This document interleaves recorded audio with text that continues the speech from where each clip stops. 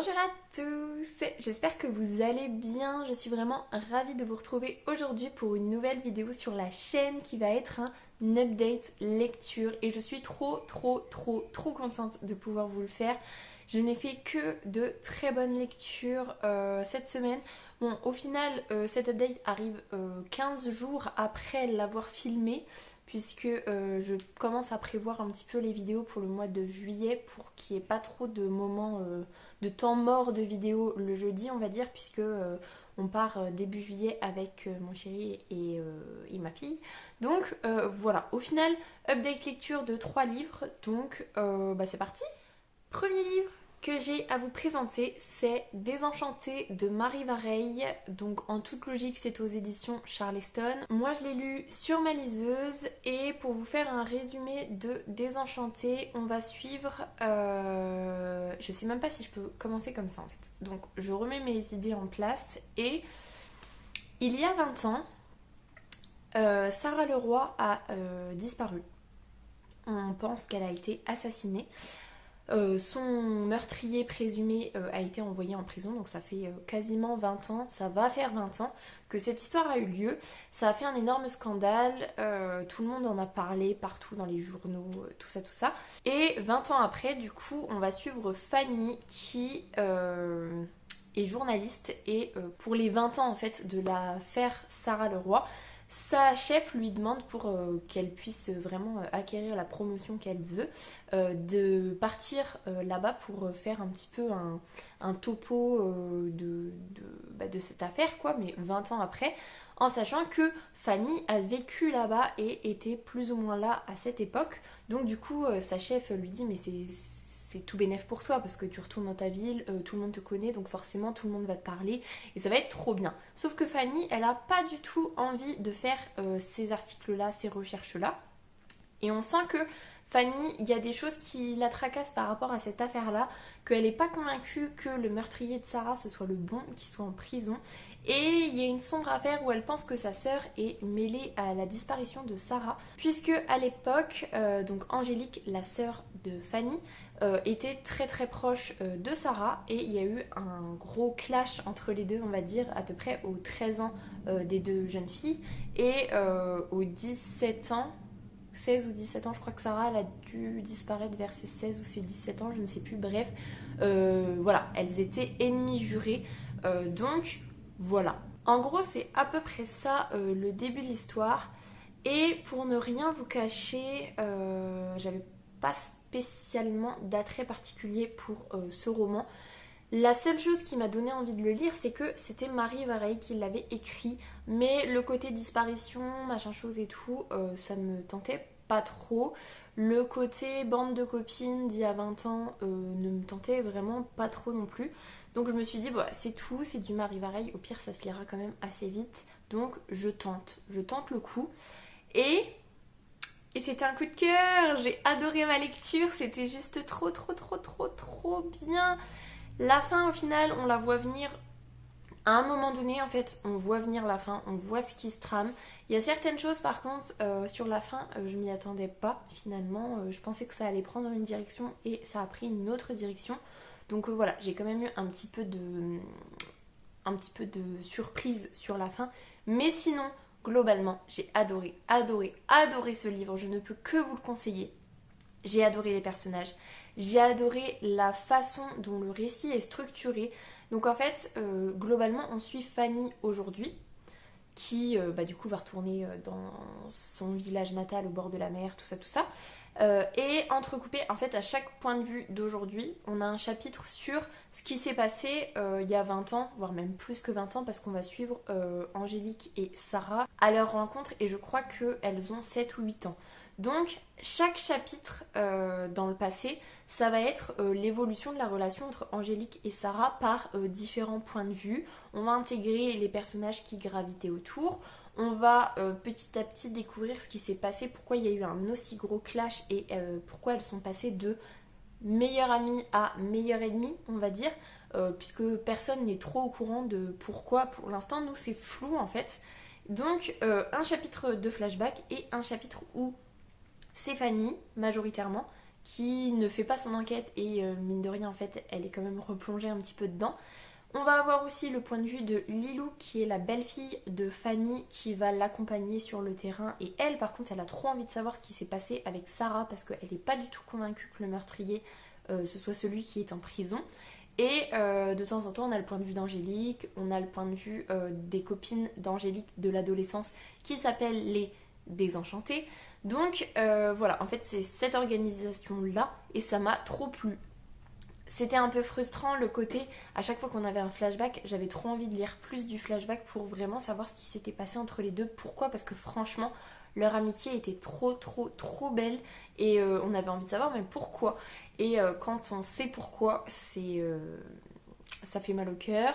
J'ai pleuré 4 fois, je crois, il me semble que c'est ça. Mais c'était... Je sais pas, c'était percutant. C'était bien, c'était chouette, les personnages étaient top, le gros sujet qui est traité est super bien fait. Ça fait poser des questions hein, qui étaient déjà présentes pour moi, mais ça en fait poser encore plus. Et voilà, j'en ai même reparlé à mon chéri et on a eu une grosse discussion le soir là-dessus parce que c'est vrai que c'est un sujet qui...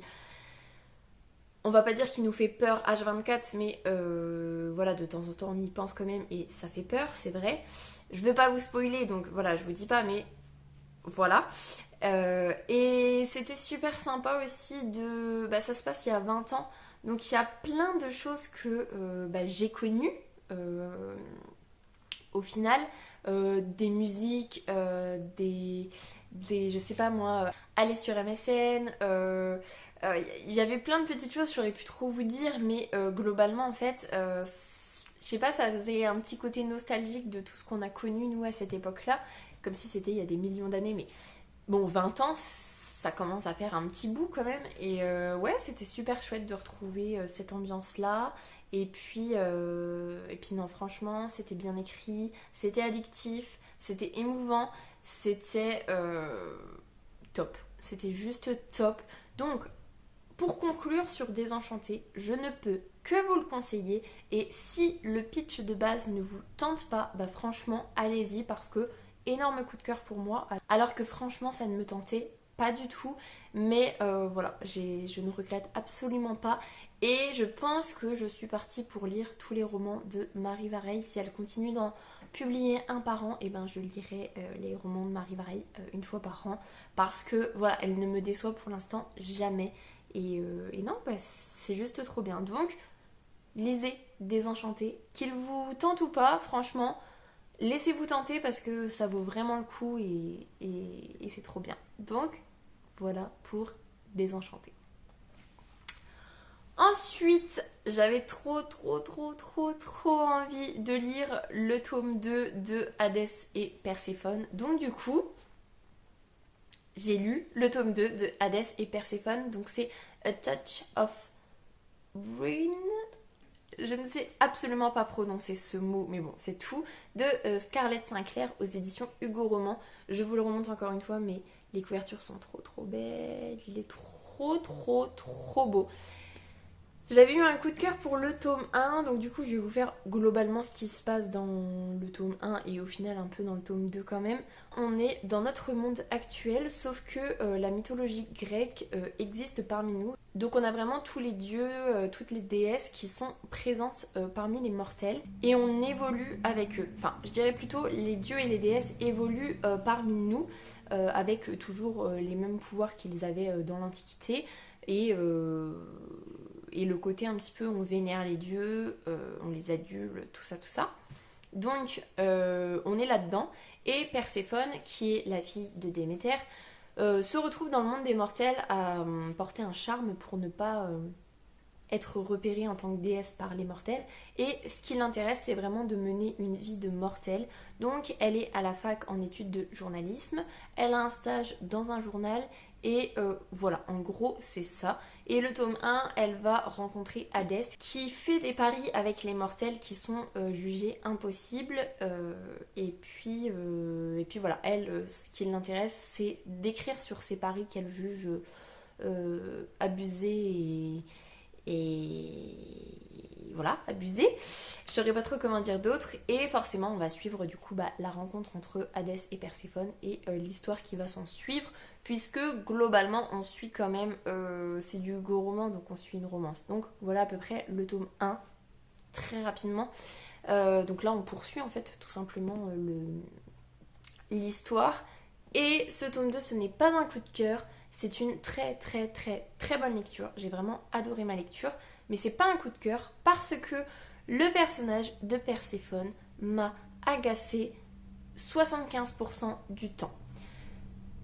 Elle a vraiment un caractère qui me plaît sur beaucoup d'aspects. Elle est très empathique, elle est très bienveillante, elle est à l'écoute des autres, elle va toujours aider les personnes, qu'elle les aime ou pas. Finalement, elle va toujours trouver des circonstances atténuantes à tout le monde et donc du coup, elle va donner de sa personne pour les aider. Elle essaye de s'en sortir, elle essaye de ne plus être enfermée en fait par sa mère et d'avoir une vie normale entre guillemets. Donc ça, c'est vraiment le côté de Perséphone que j'aime beaucoup. Mais là, dans ce tome 2, elle a pris une quantité de décisions qui ne m'ont pas plu du tout. Et ça ne m'a pas plu encore plus parce qu'elle reproche à Hadès de faire la même chose. En gros, elle arrête pas de dire à Hadès qu'il ne lui dit rien, qu'il ne partage rien de sa vie avec elle et que elle apprend les choses au fur et à mesure et que ça lui fait encore plus mal de les apprendre par la bouche des autres ou en découvrant la chose et qu'il suffit juste de communiquer avec elle et qu'il n'y aurait pas de problème. Et du coup, qu'est-ce qu'elle fait tout du long? Elle va faire des choses dans le dos d'Hadès, elle ne va pas communiquer avec lui, elle va lui faire la gueule quasiment 50% du temps, ce qui des fois est justifié, mais des fois, non, tu viens de faire 4 conneries d'affilée, tu peux pas dire encore que t'es en colère contre lui. Ok, tu peux être en colère pour le petit truc qu'il a fait, mais toi, si tu fais 4 conneries d'affilée, assume à un moment donné, c'est un peu pénible. Donc, voilà. Au final, j'ai vraiment beaucoup apprécié ma lecture parce que le monde actuel, mes versions mythologie grecque, est vraiment super top. Hadès, je le surkiffe de ouf, il est trop trop bien. Les enfers, c'est comme pour le tome 1, c'est très beau, c'est très plaisant d'y être. Il se passe quelque chose pour un des personnages secondaires, on va dire, qui m'a bien plu. C'est vraiment chouette que ça se soit passé comme ça. Et j'aurais pas aimé que ça se passe autrement, en fait. C'était les bons choix au bon moment. Donc ça, franchement, c'était génial. Et la fin, puisqu'en fait, on a une fin. Et ensuite, on a 2 chapitres bonus. Dans le tome 1, c'était déjà comme ça. Sauf que dans le tome 1, c'était les 2 premiers chapitres, mais du point de vue d'Hadès. Alors que là, ces 2 chapitres, on va dire, je pense que c'est l'entre-deux, tome 2 et tome 3, on va dire. Et ce qui s'y dit et ce qu'on y découvre dans ces 2 chapitres-là, je me dis, ça va peut-être amener des situations qui peuvent être compliquées, ça va peut-être amener des choses qui peuvent être mignonnes aussi, mais plutôt compliquées, je pense. Je sais pas comment l'auteur va pouvoir exploiter ça. Il y a plusieurs possibilités, je sais pas ce qu'elle va choisir, mais en tout cas, je trouve ça plutôt chouette. Donc, globalement, très très très très bonne lecture et je suis tellement heureuse que le tome 3 sorte au mois de juillet. Je pense que je le lirai au mois d'août du coup parce que ça se dévore. Clairement, j'ai mis beaucoup plus de temps à le lire que le tome 1, mais c'est parce que il y a eu 2 jours de boulot où j'étais complètement claquée. Donc voilà, sinon, objectivement, j'ai encore mis 48 heures pour le lire si on part du principe que on retire les 2 journées de boulot où j'ai pas lu et où le soir j'ai dormi parce que j'en pouvais plus. Donc voilà, au final, super bonne lecture et je vous conseille cette série à 200%. Donc voilà. Et dernier livre à vous présenter qui a été très rapide à lire puisque je l'ai commencé hier soir et je l'ai fini hier soir. J'ai dû le lire en une demi-heure à peu près, mais il est tout petit. Mais c'est un livre qui me tient beaucoup à cœur. J'ai très envie de vous en parler parce que c'est À travers la face B du cabaret vert de Victorine Diamaria. Donc il est tout petit. C'est... Voilà. Victo, je vous en parle en vlog. Ma petite Victo, voilà, on est proche depuis... ça commence à faire un moment parce que la 6e, c'était pas hier non plus. Donc je suis tellement fière d'elle, tellement heureuse qu'elle ait réussi à apporter son projet et à l'amener jusqu'au bout. Franchement, trop contente. Et en plus, le petit bonus qui me fait encore plus plaisir et qui me fait ressentir encore plus de fierté, c'est que la couverture est faite par ma sœur. Donc forcément, voilà, je suis trop fière d'elles deux parce qu'elles ont bien bossé, elles ont super bien bossé. Et voilà, je suis super fière de ça. Donc, maintenant pour vous dire ce que j'en ai pensé, en gros, on retrace le cabaret vert de l'année dernière, donc de 2021, qui était le premier cabaret depuis 2 ans, il me semble. À cause du Covid, ça avait été annulé, donc du coup, c'était le premier cabaret vert post-Covid. Et ma petite Victo, elle y raconte voilà, ce qu'elle y a vécu, ce qu'elle a entendu surtout, puisque c'est vraiment, elle a pris tout ce qu'elle a entendu autour d'elle, de toutes les personnes qu'elle a pu croiser.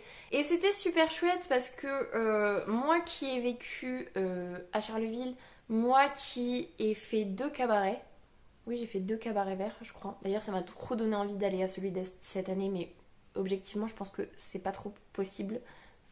Quoique, on verra bien. Mais voilà, personnellement, je sais pas si ça peut plaire à tout le monde, mais en tout cas, moi, je m'y suis retrouvée. J'ai retrouvé cette ambiance du cabaret. J'ai retrouvé la plume de ma petite Victo, parce que bon, je la lis quand même, elle écrit quand même un petit peu. Et à chaque fois, enfin, peut-être pas à chaque fois, mais souvent, elle me fait lire. Et voilà, j'ai retrouvé sa plume. Et là, dans celui-là, elle a une plume un tout petit peu différente. On la reconnaît, hein, c'est la plume de Victo. Mais elle a quand même un rythme effréné, on va dire. La façon dont elle l'écrit, on sent que c'est un peu effréné et c'est au rythme du cabaret en fait. On s'y croirait, c'est vraiment un rythme particulier et elle arrive très bien dans son style d'écriture à retranscrire cette ambiance-là et ça donne trop envie d'aller au cabaret en fait. Clairement, la conclusion, c'est que ce livre-là donne trop envie d'aller au cabaret. Donc voilà, je vous fais la promo du livre et je vous fais aussi la promo du cabaret vert à Charleville. Voilà, c'est que ce soit l'un ou l'autre, c'est trop chouette. Donc voilà. En tout cas, encore une fois, je suis trop fière de ma petite Victo. Je suis aussi énormément fière de ma sœur, ça me fait trop plaisir. Et voilà, elles ont encore une fois bien bossé et c'était super chouette à lire.